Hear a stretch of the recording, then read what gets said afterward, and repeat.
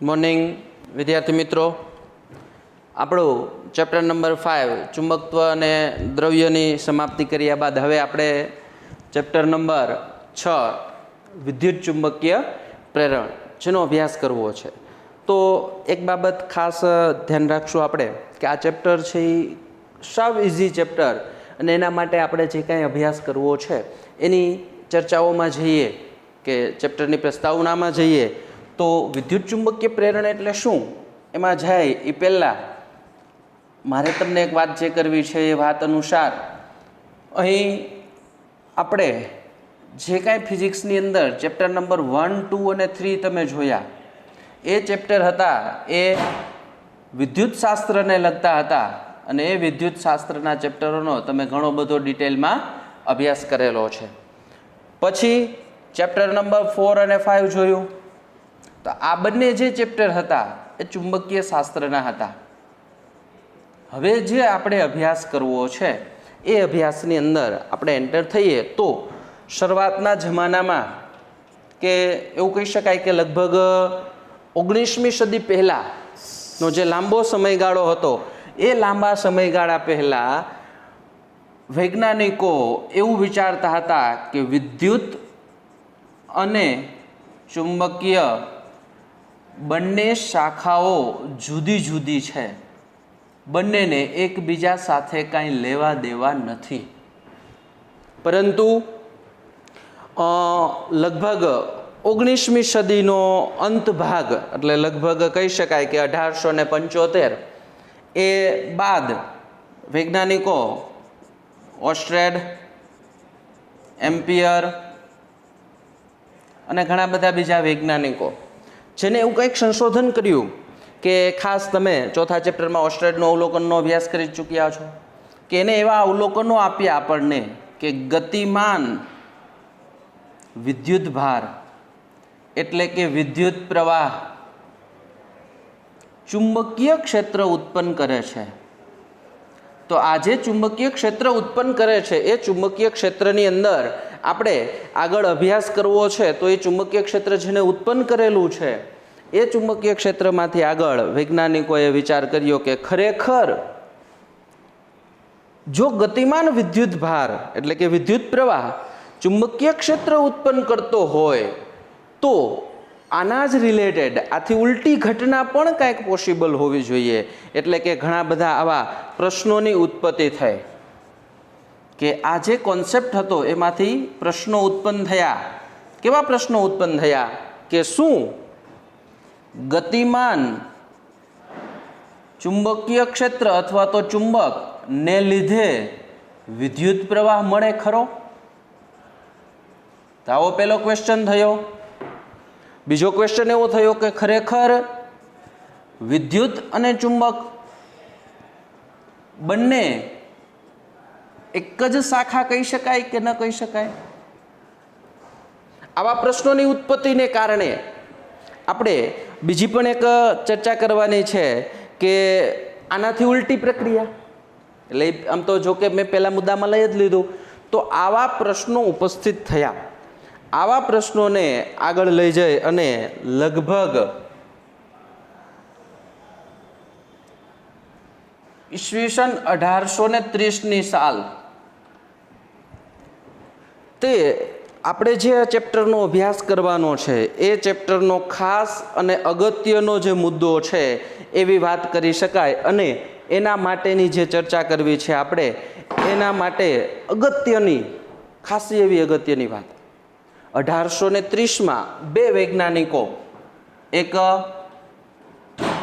ઇંગ્લેન્ડના Michael Faraday અથવા Faraday અને બીજા યુએસએના વૈજ્ઞાનિક જોસેફ હેનરી, આ બંનેએ ખાસા એવા સંશોધનો કર્યા. એમાંથી ખાસ આપણે જે ચર્ચાઓ કરવાના છીએ એમાં માઇકલ ફેરેડેની ઘણી બધી આપણે ચર્ચાઓ કરવાના છીએ. તો માઇકલ ફેરેડે ભાઈ જે કંઈ હતા એ ફેરેડેએ ચર્ચા અનુસાર એવી વાતો કરી. ફેરેડેએ શું શોધ્યું કે જો હું ગજિયા ચુંબક ને લીધે કોઈ બંધ ગાળો અથવા તો બંધ લૂપ શબ્દ કહી શકીએ છીએ, અને એ લૂપ જે છે એ વાહક તારની લૂપ હોવી જોઈએ. ગજિયા ચુંબકની ચુંબકીય ક્ષેત્ર રેખાઓ જો બંધ લૂપની અંદર ફેરફાર કરવામાં આવે, એટલે હું એને ફાઇનલી એક જ લાઈન અહીં લખું છું કે જો ચુંબકીય ક્ષેત્ર રેખાઓમાં ફેરફાર કરવામાં આવે તો વિદ્યુત પ્રવાહ નિર્માણ થાય છે.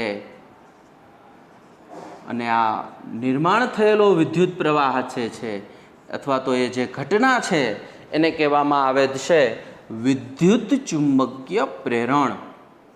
ખાસ શબ્દ વિદ્યુત ચુંબકીય પ્રેરણ. આ વિદ્યુત પ્રવાહ નિર્માણ થયો છે અથવા તો એને એમ પણ કહી શકાય કે વિદ્યુત પ્રવાહ પ્રેરિત થયો છે.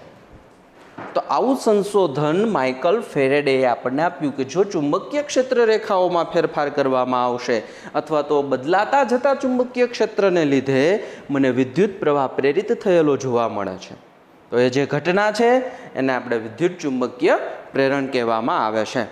હવે આ ફેરેડેએ જે કાંઈ અવલોકન આપણને આપ્યું એના ઉપરથી ઘણા બધા પ્રશ્નો થયા કે આનો ફાયદો શું. પ્રશ્નો થાય ને, કારણ કે નવી શોધ થઈ ત્યારે એવો સ્વાભાવિક પ્રશ્ન થવો જોઈએ કે આનો ફાયદો શું. કારણ કે જો કાંઈ નવી ઇન્વેન્શન તમે કરેલી છે તો લોકો પહેલો જ પ્રશ્ન પૂછવાના છે કે આનો ફાયદો શું. તો ત્યારે જે કાંઈ આ બધી વાતો હતી એ વાતોનું એક જ નિરાકરણ થયું, અને ત્યારે એવા દૂરના વિસ્તારો કે જ્યાં વીજળી પોસિબલ નથી પહોંચાડવી, ટેલિફોન પોસિબલ નથી, તો વિચાર કરો છો ને અત્યારના જમાનામાં એવા વિસ્તારો કે જ્યાં એ પોસિબલ નથી તો શું થશે. અત્યારે આપણે ઓનલાઈન અભ્યાસ કરીએ છીએ, લાઇટ ન હોય, ચાર્જર નથી, ચાર્જિંગ ન કરી શકો, હું લેક્ચર ન ઉતારી શકું, તમે લેક્ચર જોઈ ન શકો. તો આવી જગ્યાએ ચુંબકીય ક્ષેત્ર રેખાઓમાં તમે ફેરફાર કરી અને વિદ્યુત પ્રવાહ નિર્માણ કરી શકો છો. એટલે કે ચુંબકમાં ફેરફાર કરો એટલે આપણને વિદ્યુત મળે. તો ત્યાં લાઈન દોડાવવાની જરૂર નથી, ક્યાંક અટકતું હોય ત્યાં કામ આપણે પૂરું કરી શકીએ છીએ. તો આજે આખી વાત હતી એનો ઘણો બધો ઉપયોગ આપણને જોવા મળે છે. અને ફેરેડેએ જે વાત કરી એમાં બદલાતું ચુંબકીય ક્ષેત્ર એટલે કે ક્ષેત્ર રેખાઓમાં ફેરફાર થવો જોઈએ. તો આવું કરવા માટે શું કરવું, તો આપણે ગજિયો ચુંબક ભણી ચૂક્યા છીએ. એટલે કે ગજિયો ચુંબક અને તારની લૂપ અથવા બંધ ગાળો, આ બંનેને એકબીજાની સાપેક્ષ ગતિ મારે કરાવવી પડે. સાપેક્ષ ગતિનો મતલબ શું છે, શા માટે જરૂરી છે, એ બધાનો અભ્યાસ હમણાં આપણે એના પ્રયોગો દ્વારા જોઈશું. એટલે આ બધી બાબતો આપણને ખ્યાલ આવે છે. હવે આનો ઉપયોગ અત્યારે ક્યાં થાય છે ફેરેડેના નિયમનો, તો તમે 10મા ધોરણમાં પણ ભણી ગયા હશો. જનરેટર પ્લસ બીજું ટ્રાન્સફોર્મર, આપણે જેને સાદી ભાષામાં સબસ્ટેશન કહીએ છીએ એ ટ્રાન્સફોર્મર છે. તો એ ટ્રાન્સફોર્મરની અંદર પણ આ કન્સેપ્ટનો ઉપયોગ થાય છે. આ બાબતને આપણે અહીંયા કે જે માઇકલ ફેરેડેએ અને હેનરીએ જે આપણને ફાઇનલી આન્સરો આપેલા કે એને જે શ્રેણીબદ્ધ પ્રયોગો કરેલા હતા એ પ્રયોગોનો પણ આપણે અહીંયા અભ્યાસ કરવો છે. એનું ખાલી ઇન્ટ્રોડક્શન અહીંયા જોવું છે, એ આખો પ્રયોગ કેવી રીતે છે એ. અને બીજી એક ખાસ વાત કે એ જે પ્રયોગો છે એ પ્રયોગો આપણા ગુજરાત બોર્ડના સિલેબસમાંથી કેન્સલ કરવામાં આવ્યા છે, પણ આખા ચેપ્ટરમાં આપણે એનો ઉપયોગ કરવાના છીએ એટલે ભણવા તો પડશે જ. આનો કોન્સેપ્ટ છે એ તો તમારે ભણવો જ પડશે. તો એ કોન્સેપ્ટમાં પહેલો પ્રયોગ હું અહીંયા લખું છું, દોરું છું. એ પહેલા પ્રયોગની અંદર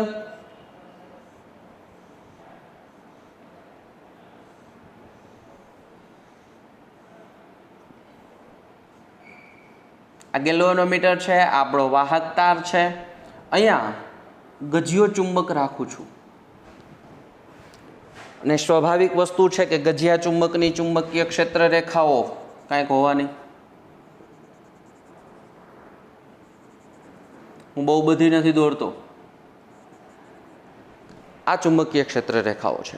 હવે આપણે ફેરેડેએ જે કન્સેપ્ટ કીધો હતો એ કન્સેપ્ટ અનુસાર શું થશે કે જો હું ગજિયા ચુંબકને આ બાજુ લઈ આવું અથવા તો દૂર લઈ જાઉં, મતલબ ગજિયા ચુંબકને હું ગતિ કરાવું, તો મને આમાં ગેલ્વેનોમીટરનું આવર્તન જોવા મળવું જોઈએ. અને એ પ્રયોગમાં જોવા મળે છે। એટલે કે જો હું ગજિયા ચુંબકને ગતિ કરાવીશ આ બાજુ અથવા તો આ બાજુ, જ્યારે હું નજીક ગતિ કરાવું છું તો ચુંબકીય ક્ષેત્ર રેખાઓનો ફેરફાર વધારે થશે। ચુંબકીય ક્ષેત્ર રેખાઓનો ફેરફાર વધારે થશે, શબ્દ ધ્યાનમાં રાખવાનો છે। ખાલી ચુંબકીય ક્ષેત્ર રેખા વધશે એવું નથી કહી શકતો। એ જ રીતે જો હું દૂર લઈ જઈશ તો પણ ચુંબકીય ક્ષેત્ર રેખાનો ફેરફાર વધારે થશે। બંને વખતે આપણને ગેલ્વેનોમીટર છે એમાં આવર્તન જોવા મળશે જ। ઉદાહરણ સ્વરૂપે હું આ બાજુ લઈ આવું છું તો ધારો કે ગેલ્વેનોમીટરનું આવર્તન આ સેન્ટર છે, સપોઝ હું આ બાજુ લઈ આવું છું ત્યારે ગેલ્વેનોમીટરનું આવર્તન આમ થાય છે। ચુંબકને તમે આ બાજુ લઈ આવો છો ત્યારે, તો જ્યારે હું ચુંબકને દૂર લઈ જતો હોઈશ ત્યારે મને આવર્તન આ બાજુએ જોવા મળતું હશે। એટલે કે ફેરફાર થાય છે, ને ફેરફાર થાય તો આપણને વિદ્યુત પ્રવાહ નિર્માણ થયેલો જોવા મળે છે। એક બાબત ધ્યાનમાં રાખવાની, જો ગજિયો ચુંબક અહીંયા ને અહીંયા રાખું તો ચુંબકીય ક્ષેત્ર રેખાઓ તો ગૂંચળા સાથે સંકળાશે જ, પણ ગેલ્વેનોમીટરનું આવર્તન જોવા મળશે નહીં। ખાસ અગત્યની બાબત છે કે ફેરફાર થવો જોઈએ। ચુંબકીય ક્ષેત્ર રેખામાં ફેરફાર થશે તો જ મને ગૂંચળામાં વિદ્યુત પ્રવાહ નિર્માણ થયેલો જોવા મળશે, એટલે કે વિદ્યુત પ્રવાહ પ્રેરિત થયેલો જોવા મળશે। આ ઘટના છે એને જ કહેવામાં આવે છે, આપણા ચેપ્ટરનું નામ વિદ્યુત ચુંબકીય પ્રેરણ। હવે બીજો પ્રયોગ, એને હવે જ્યાં ગતિ કરતું ગજિયો ચુંબક હતો એની જગ્યાએ બીજી એક લૂપ રાખેલી। પેલી લૂપ તો કોમન જ રાખેલી છે,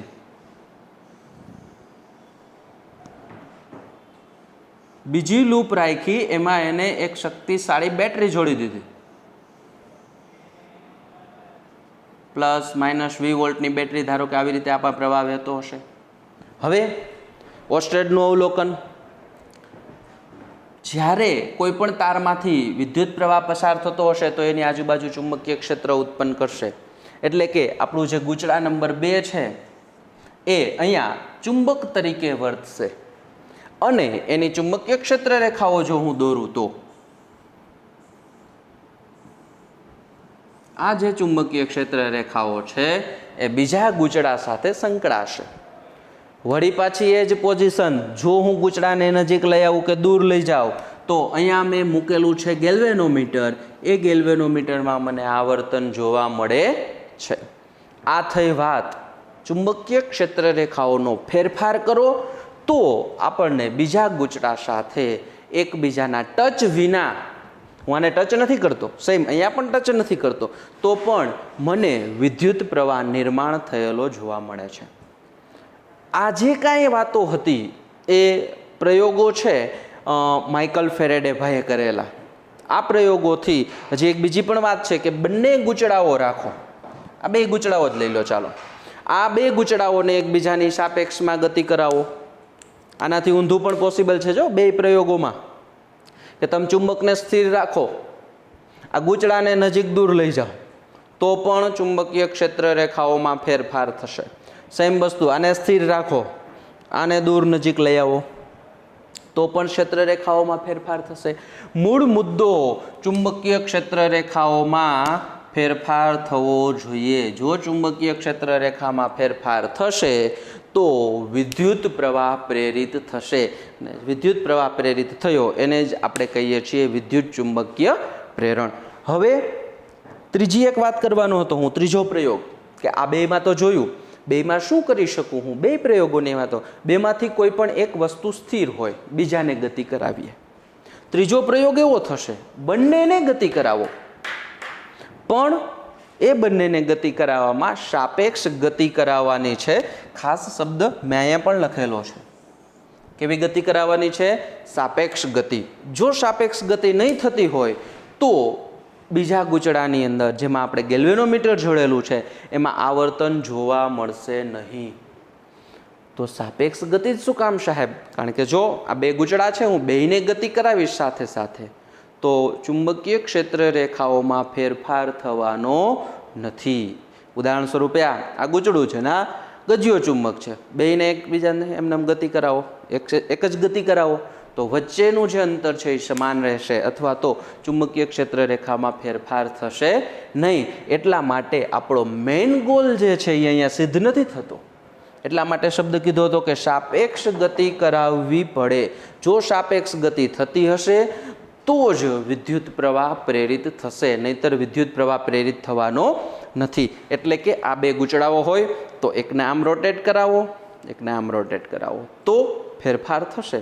અને ફેરફાર થશે, સપોઝ જો એને આમ આ રીતે રોટેટ કરાવું છું, કેપ જોજો એટલે તમને ખ્યાલ આવશે કે એકબીજાની સાપેક્ષ ગતિ થાય છે. તો સાપેક્ષ ગતિ જ્યારે થતી હશે ત્યારે મને વિદ્યુત પ્રવાહ પ્રેરિત થયેલો જોવા મળશે.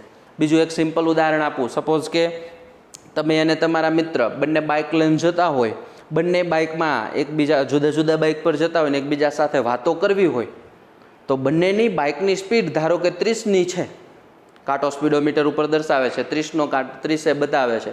બે સેમ સ્પીડથી જતા હશો તો બે એકબીજાની સાપેક્ષે તમે સ્થિર છો, એટલે સાપેક્ષ ગતિ કેટલી? 0. તો અહીંયા સાપેક્ષ ગતિ કરાવવાની છે, તો એકબીજાની સાપેક્ષ અહીંયા દૂર અથવા તો નજીક તમે લઈ જાઓ તો એક જ બાબત જોવા મળે આપણને, ચુંબકીય ક્ષેત્ર રેખાઓમાં ફેરફાર થાય છે અને એના કારણે આપણને વિદ્યુત પ્રવાહ પ્રેરિત થયેલો જોવા મળે છે. આ થયા ફેરેડે પ્લસ હેનરીના પણ પ્રયોગો તમે આમની અંદર કહી શકો છો, જેના કારણે આપણને વિદ્યુત પ્રવાહનું પ્રેરણ થયેલું જોવા મળે છે. હવે આપણે જે ચર્ચા આખી અહીંયા કરેલી છે, આપણે આખા ચેપ્ટરમાં જેનો અભ્યાસ કરવો છે તો એ બાબતોનો આપણે અગાઉ અભ્યાસ કરી ચૂક્યા. તમને પહેલાં કીધું એ પ્રમાણે ચેપ્ટર નંબર 1, 2 અને 3 પ્યોર વિદ્યુતશાસ્ત્ર હતું. ચેપ્ટર નંબર 4 and 5 પ્યોર ચુંબકીય શાસ્ત્ર છે. અહીંયા આપણે બંનેને મિક્સ કરવા કરતાં હું એમ પણ કહી શકું કે તમે જે ચોથા ચેપ્ટરમાં અને 5મા ચેપ્ટરમાં ભણ્યા એમાં અગત્યનો કોન્સેપ્ટ કેવો હતો? તો અહીંયા ચુંબકીય શાસ્ત્ર હતું, પણ એ કોના લીધે હતું? તો તમે એમાં શું અભ્યાસ કર્યો કે ગતિમાન વિદ્યુત ભારોને કારણે મને ચુંબકીય ક્ષેત્ર મળે છે. ઓર્સ્ટેડનું અવલોકન હતું. આપણે આનાથી ઉલટી પ્રોસેસ કરવાની છે. શું કરીએ છીએ કે ચુંબકીય ક્ષેત્રમાં જો હું ફેરફાર કરું છું, એટલે કે ચુંબકીય ક્ષેત્ર રેખાઓમાં જો ફેરફાર થશે તો મને વિદ્યુત પ્રવાહ પ્રેરિત થયેલો જોવા મળે છે. આ આખા ચેપ્ટરનો મેઇન કોન્સેપ્ટ છે, જેનાથી આપણે બધું આખું ચેપ્ટર છે એ રિપીટ કરવાના છીએ. ખાસ બાબતનું સમજી લેવાનું છે, ઇન્ટ્રોડક્શન 2 વખત જોઈ લેજો, 2 વખત લખી નાખજો. જેટલી વખત ન સમજાય એટલી વખત આ કન્સેપ્ટ તમને ધ્યાનમાં આવવો જોઈએ. જો કન્સેપ્ટ ધ્યાનમાં નહીં આવે તો ચેપ્ટરમાં કાંઈ ખબર પડશે નહીં. ન ખબર પડે તો બીજી વખત વિડીયો જોજો, ત્રીજી વખત જોજો, પણ કન્સેપ્ટ આપણો પ્રસ્તાવનાનો જે લેક્ચર છે એ બધાએ ખાસ જોવાનો રહેશે. Thank you.